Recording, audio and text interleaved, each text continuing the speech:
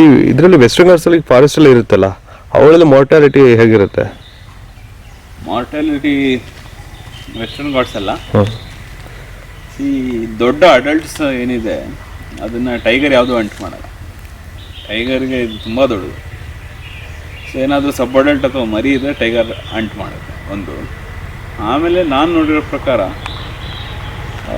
Western ಘಾಟ್ಸಲ್ಲಿ ಏನಾಗಿದೆ, ಈ ಅವರ ತೋಟದ ಅಂಚಿನಲ್ಲಿ ಏನಿದೆ ಅದು ಮೇಯಕ್ಕೆ ಬರುತ್ತೆ ಅಂತ ಹೇಳಿ ಎದುರಿಸ್ಲಿಕ್ಕೆ ಈ ಚರೆ ಹೊಡಿತಾರೆ. ಚರೆ ಅಂತ ಗೊತ್ತಲ್ಲ, ಪೆಲೆಟ್ಸ್, ಸ್ಮಾಲ್ ಪೆಲೆಟ್ಸ್. ಆ ಪೆಲೆಟ್ಸಿಂದ ಸುಮಾರು ಇದಾಗ್ತಿದೆ. ಏನಾಗ್ತಿದೆ ಅಂದರೆ ಒಂದು ಗಾರ್ PM ಅಲ್ಲಿ 58 ಪೆಲೆಟ್ಸ್ ಎಲ್ಲ ಸಿಕ್ಕಿದೆ. ಸೊ ಅದರಿಂದ ಇಮಿಡಿಯೇಟ್ ಡೆತ್ ಆಗಲ್ಲ. ಪೆಲೆಟ್ಸಿಂದ ಏನಾಗುತ್ತೆ, ಕ್ರೋನಿಕ್ ಸಫರಿಂಗ್ ಇರುತ್ತೆ. ಸಣ್ಣ ಗಾಯಗಳಾಗಿ 58 ಬುಲೆಟ್ಸ್ ಅಂದರೆ ತುಂಬ ಹ್ಯೂಜ್ ಅದು. ಪೆಲೆಟ್ಸ್ ಅಂದ್ರೆ ಚಿಕ್ಕದೇ ಆದ್ರೂ ಒಂದು 3-4 ತಿಂಗಳು ಅದು ನೋವಿಂದ ಊಟ ಬಿಡುತ್ತೆ. ನೋವಿರೋದ್ರಿಂದ, ಸ್ಟ್ರೆಸ್ ಇರೋದ್ರಿಂದ ಬೇರೆ ಇಮ್ಯುನಿಟಿ ಕಾಂಪ್ರಮೈಸ್ ಆಗುತ್ತೆ. ಸೊ ಬೇರೆ ಕಾಯಿಲೆಗಳು ಬರೋದಕ್ಕೆ ಈಸಿ ಆಗುತ್ತೆ.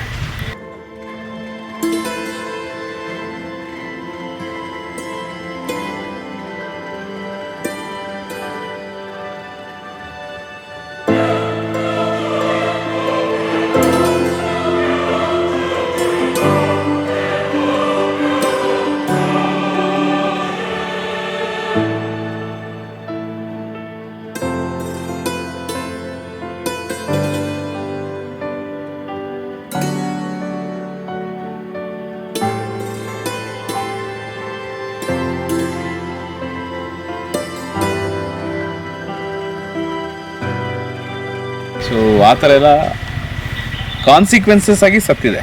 ಪೆಲೆಟ್ಸಿಂದ ಏನು ಸಾಯಲ್ಲ. ಸೊ ಬೆಟರ್ ನಮ್ಮ ಪಶ್ಚಿಮ ಘಟ್ಟದವರು ಯಾರು ಕಾಡಿನ ಅಂಚಿನಲ್ಲಿ ತೋಟ ಮಾಡ್ತಿರ್ತಾರೆ ಅವರು ಪೆಲೆಟ್ಸನ್ನು ಅವಾಯ್ಡ್ ಮಾಡಬೇಕು. ಆಮೇಲೆ ಕೆಲವೊಂದು ಡಿಸೀಸಸ್ ಇದೆ, MCF ಅಂತ, ಮ್ಯಾಲಿಗ್ನೆಂಟ್ ಕೆಟರಲ್ ಫೀವರು, ಬೇರೆ ಆ ಥರ ಡೆಡ್ಲಿ ವೈರಲ್ ಡಿಸೀಸಸ್ಸಲ್ಲಿ ಡೆತ್ ಆಗ್ತಾ ಇದೆ. ರೇಬಿಸ್ ಒಂದು ವೆರಿ ಮಾರ್ಟಾಲಿಟಿ ಜಾಸ್ತಿ ಇರ್ತಕ್ಕಂಥ. ರೇಬಿಸ್ ಬರುತ್ತೆ ಯಾವ ಥರ? ಹೇಗೆ ಅಂದರೆ, ಈಗ ಯಾವುದೋ ಒಂದು ಜಾಕಲ್ ಅಥವಾ ದೋಲ್ಸ್ ಪ್ಯಾಕ್ ಇರ್ಬೋದು, ಅವು ಕಾಲಿಗೆ ಕಚ್ಚೋಗಿರುತ್ತೆ. ಸೊ ಆಮೇಲೆ 1 ತಿಂಗಳಾದಮೇಲೆ ಅವ್ರಿಗೆ ಒಂದು 10-15 ಡೇಸಲ್ಲಿ ಕಾಯಿಲೆ ಬರುತ್ತೆ, ಡೆತ್ ಆಗುತ್ತೆ. ಏನು ಕ್ಯೂರ್ ಇಲ್ಲ ರೇಬಿಸ್ಗೆ. ಸೊ ಆಮೇಲೆ ಏನಾಗುತ್ತೆ, ಈಗ ಏನು ಹೇಳಿದ್ನಲ್ಲ, ಕಾಡಿನ ಅಂಚಿನಲ್ಲಿರೋ ಯಾರೋ ಒಬ್ಬ ರೈತ ತೋಟದಲ್ಲಿ ಹಸು ಸಾಕೊಂಡಿರ್ತಾನೆ.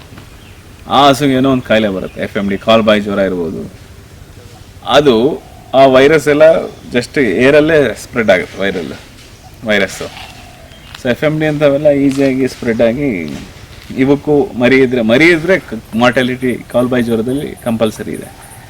ಸೊ ಆ ಥರ ಫ್ರಿಂಜಸ್ಸಲ್ಲಿರೋ ಲೈಫ್ ಸ್ಟಾಕಿಂದನೂ ಡಿಸೀಸಸ್ ಸ್ಪ್ರೆಡ್ ಆಗುತ್ತೆ. ಸೊ ಈ ರೀತಿ ಹಲವಾರು ಕಾರಣದಿಂದ ಡೆತ್ ಆಗ್ತಾ ಇದೆ.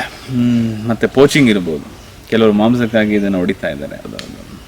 ಆಮೇಲೆ ತುಂಬ ಮಕ್ಕಳಿಗಂತೂ ತುಂಬ ದೈತ್ಯಾಕಾರವಾಗೆಲ್ಲ ಈ ಸಿನಿಮಾಲೆಲ್ಲ ನೋಡಿ, ಬಾಹುಬಲಿ ಅಲ್ಲಿ ಇಲ್ಲಿ ಅಂತ. ಆದರೆ ಆ ಥರದ ಗಾತ್ರ ನೋಡ್ಬಿಟ್ಟು ಭಾಳ ಹೌದೌದು.